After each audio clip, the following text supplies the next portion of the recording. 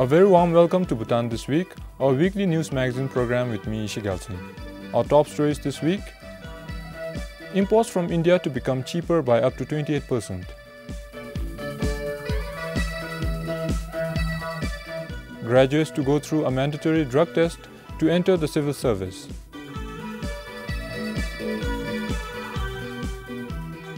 And social stigma, a challenge to fighting mental health issues.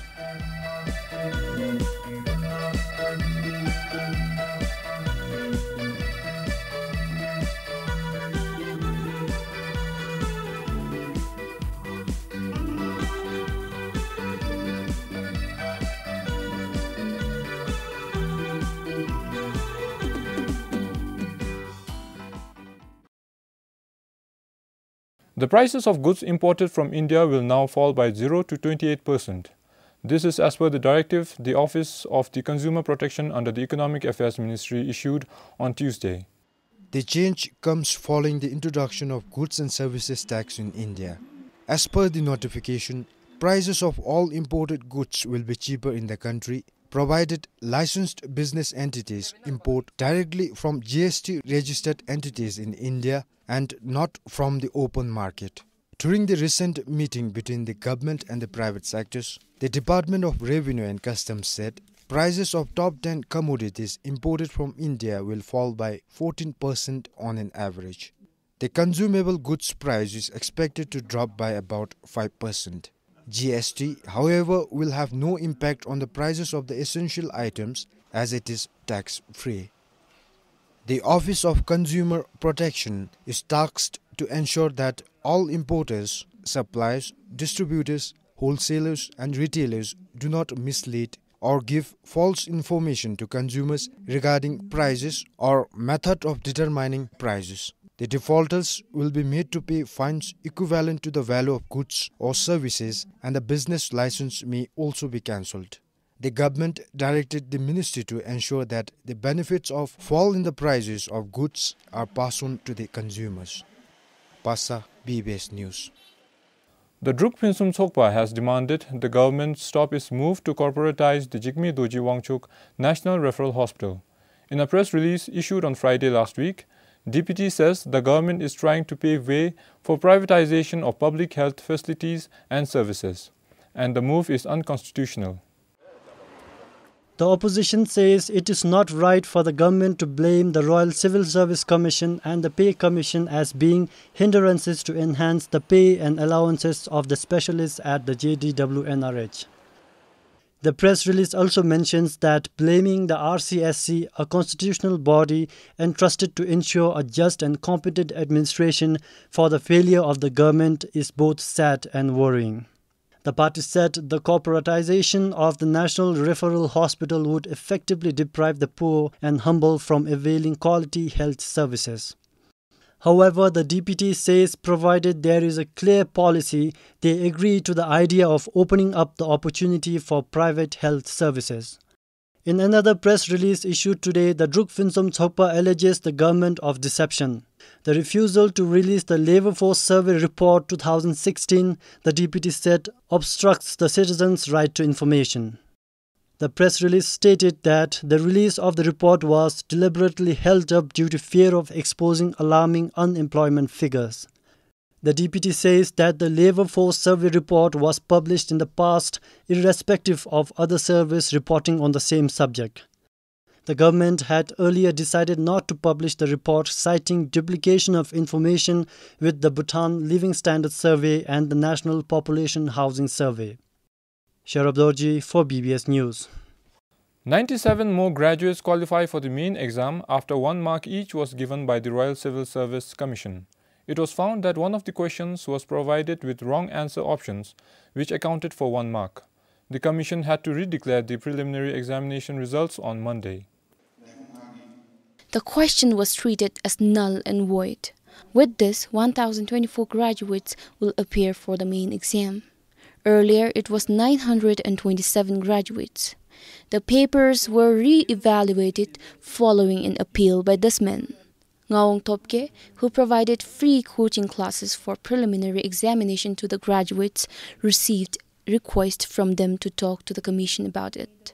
Apil na lokachigo isawachin te yanchin ta lendra juso imbachin te ta khongi te kuchi di chinsubbe yepchi bewachin te najun te jipshe guthome karalu penthoni chita te yanchin ta dewadra te khongi chamebe jasubachin te da te domgi tewa gupchuko gul le betsiwachin te jipshe gudi khongi tha khewigi kusechi imle tendigbe te animchi ta mapa RCS기 다투순제 차라데 수남스밀레준 베제누 단날레파에 다님치 냠초 기루키두즘치베 데지바친. The cut-off percentage to qualify for the main examination remains at 50%.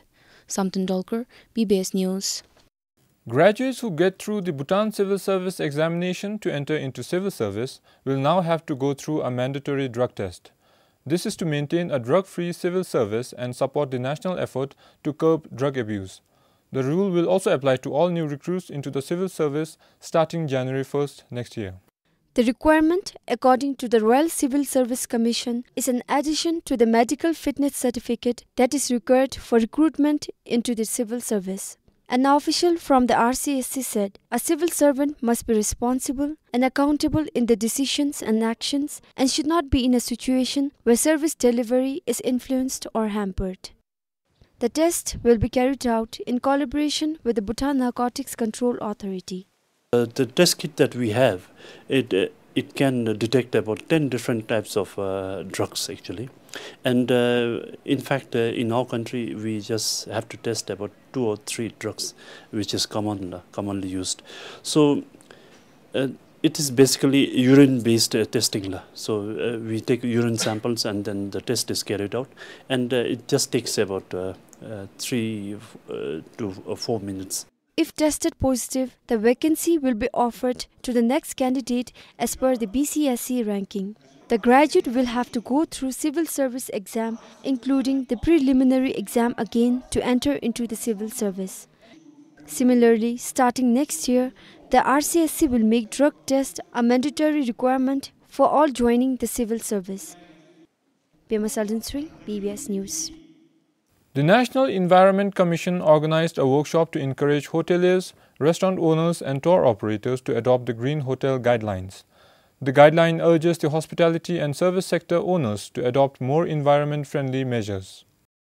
The guideline outlines a number of measures like waste management plans. It also suggests the hotels and restaurant owners to use 4 or 5 rated appliances for effective energy management. Other recommendations like harvesting of rainwater to be used for gardening are also listed in the guideline. When you talk about going green, it is not only about the construction of the hotel itself. We are talking about going green within the service sector also, starting from the office management, the front desks. The chairman of Hotel and Restaurant Association said the guidelines will help minimize impact on the environment and help contribute positively to the country. It's good to see the initiative by NEC that trying to do this guideline, which will, I guess, in a way, formalize and make it more acceptable to do this kind of activity within the hotels. And there is a lot we can do. And it's two-way. It's a win-win situation. It's a win for the environment. It's a win for the hotels, because quite often what we see is when we are green and clean, it's activities that help reduce costs. The guideline was launched on June 4th this year. For BBS News. The class at the College of Rigney in Trashiangsi begins. It was inaugurated by the Labour Minister on Saturday. The college will offer a 4-year degree program in Zorik Chusum and Rigney. The first batch comprises of 12 students who have completed class 12 from various schools in the country. The college will offer 1-year course on Zorik Chusum program in painting, wood carving and sculpture. Najera lama shabdu ngawan namjeji Zorik Chusum nyezin bedi be dulu shitu bedi beru najera gosuk da Rigney thorim lobra dina pata hadita jinjoggi te lakel disu gosuni te disu gosu rimba jindu be maobalu najera gi di jakika yarge ta de te lakel di Following a year-long program, the curriculum for the next 3 years will be adopted from the College of Language and Cultural Studies in Taxi.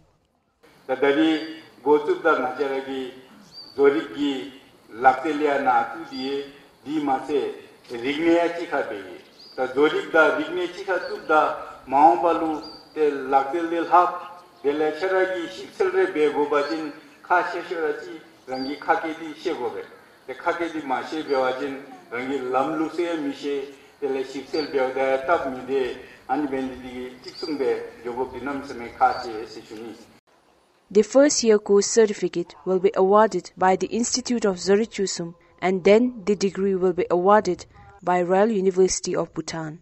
College of Rigney do not have separate area but is located at the Institute of Zurichusum in Tashiangsi. From Tashiangsi, Tringzam, BBS News. By December this year, the Education Ministry will recruit 316 teachers on contract. This is to address the shortage of teachers in the country after many of them left for studies. The ministry started the recruitment from this month. Of the 316 teachers who left from February till July this year, most are on study leave. Around 85 teachers resigned and a little over 70 are on extraordinary leave. The rest either got transferred to different agencies, are on deputation, superannuated or died. The Chief Human Resource Officer of the Education Ministry said many teachers left for studies this year because of the introduction of in-country master courses. Ministry of Education and the stakeholders who are involved in that will ensure that the quality of education is ensured. Because after the selection interview of 316 teachers, we are going to provide a rigorous 10 days of orientations to the selected graduates in transformative pedagogy, as well as in the English for effective communications, and then Zonghua for effective communications. Recognizing the shortage and its implication on the quality of education, the Royal Civil Service Commission also accorded special consideration for recruitment of national contract teachers. The recruitment this time is the highest so far in terms of such teachers. The ministry, in the meantime, has also come up with other strategies to address the teacher shortage issue in the country. In the 12th five-year plan, we have a plan to consolidate all the small schools. So small schools will not be there, like schools with 100 children, less than 100 children. As of now, we have about more than 150 schools with less than 100 children. So we want to bring all those children to our central schools. So with that, the shortage of teachers will be curbed. Excluding principals, vice principals and those on EOL, study leave and maternity leave, today there are more than 7,600 teachers in 479 schools across the country. Sunampem for BBS News. Mental health problems are a major health concern, but treating it remains an uphill battle in Bhutan, a country that is extremely superstitious. There is a host of other factors that make the task even more daunting. Social stigma, which stems from lack of awareness, continues to be the biggest obstacle on the path to tackling issues related to mental health.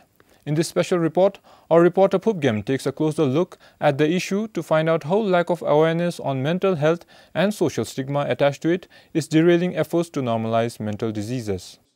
This young man in his early 30s is one of the patients receiving treatment at the National Referral Hospital Psychiatric Ward.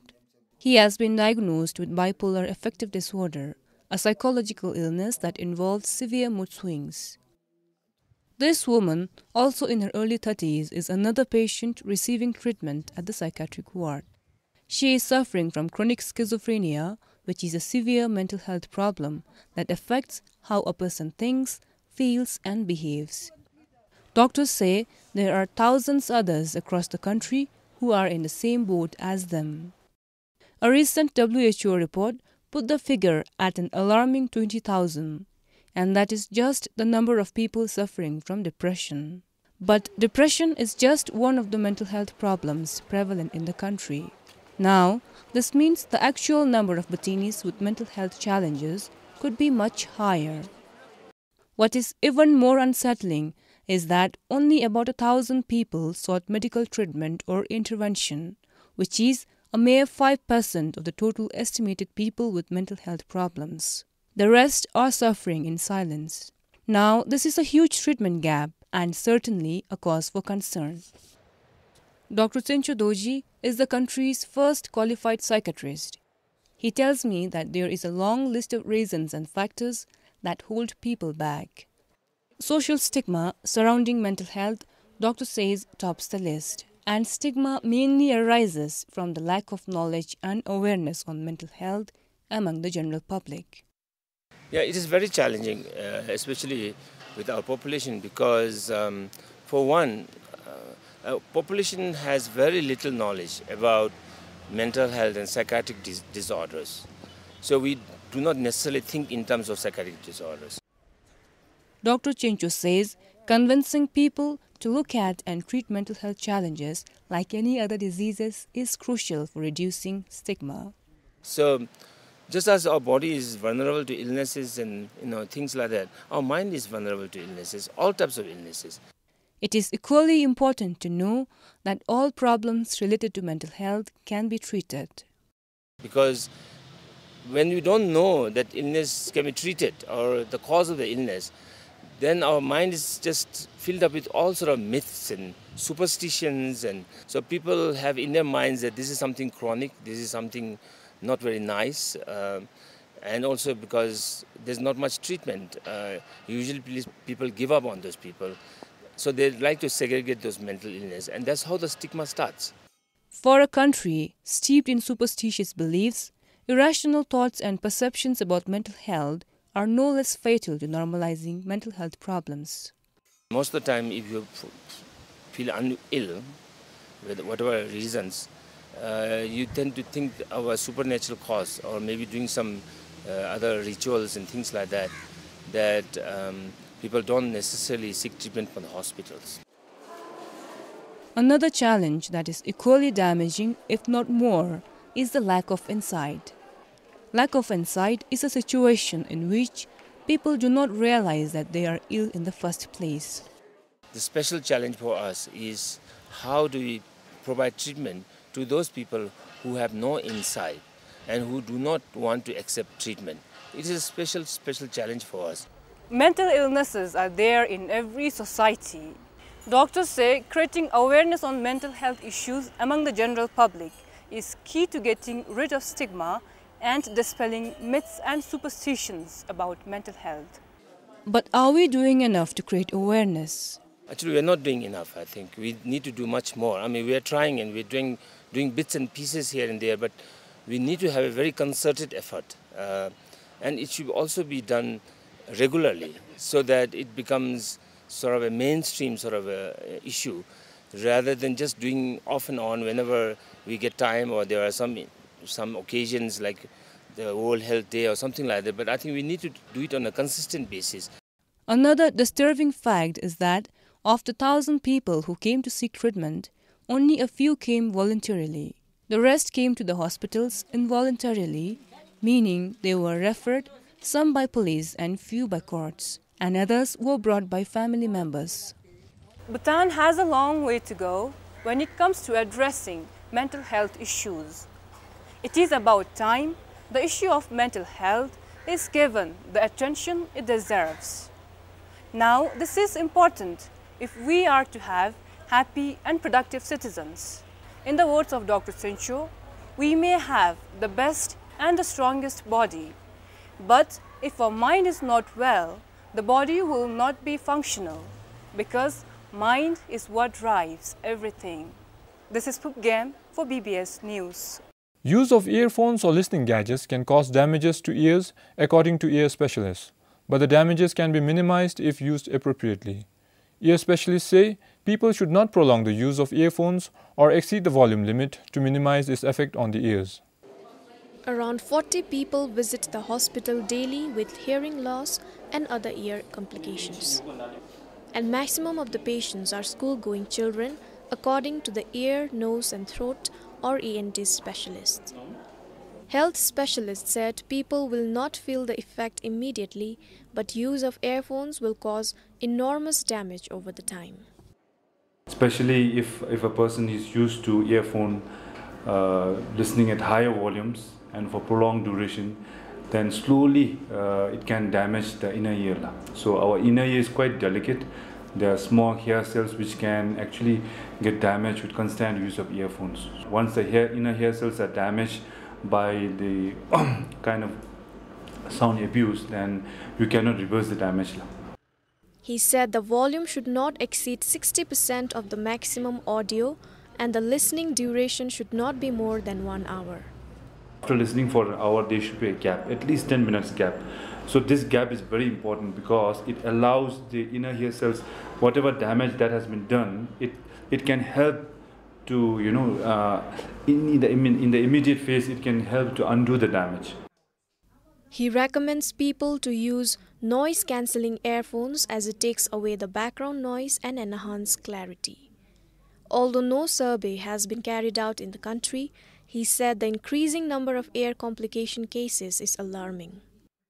Although we don't have a research done here in our country, but there are a lot of evidence coming from other countries, even neighboring countries like India, even from other Western countries, where they have seen that these days it has become an epidemic kind of thing because of the overuse of personal listening devices with help of earphones.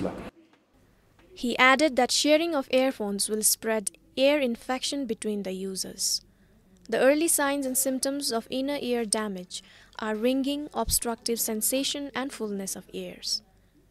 The World Health Organization estimates that earphones and headphones have affected over 1 million people around the world.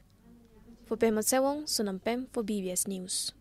An ant species unknown to the locals is causing menace to beekeeping farmers in Samtsi. Beekeeping gained popularity among farmers in Dopuchen Gyeok recently, although every household owned at least a traditional beehive since the 1980s. But farmers are now confronted with a new challenge.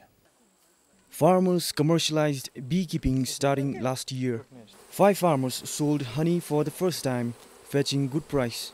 27-year-old Purnimaya Bandari is one of them. She started raising a different species of bee known as Apis trigona, whose honey is expected to fetch around 7,000 Newton a kilogram. But an unknown ant species has occupied more than half of her 12 beehives, damaging the beehives.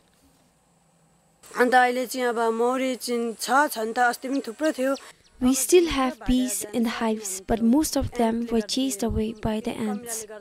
Right now, we just have about 3 to 4 hives, but the ants do not let them stay in the hives like before. Now I don't know what I should do to stop the ants. Previously, we used to sell about 9 kilograms of honey for 500 Newton per bottle when ants did not damage the hives.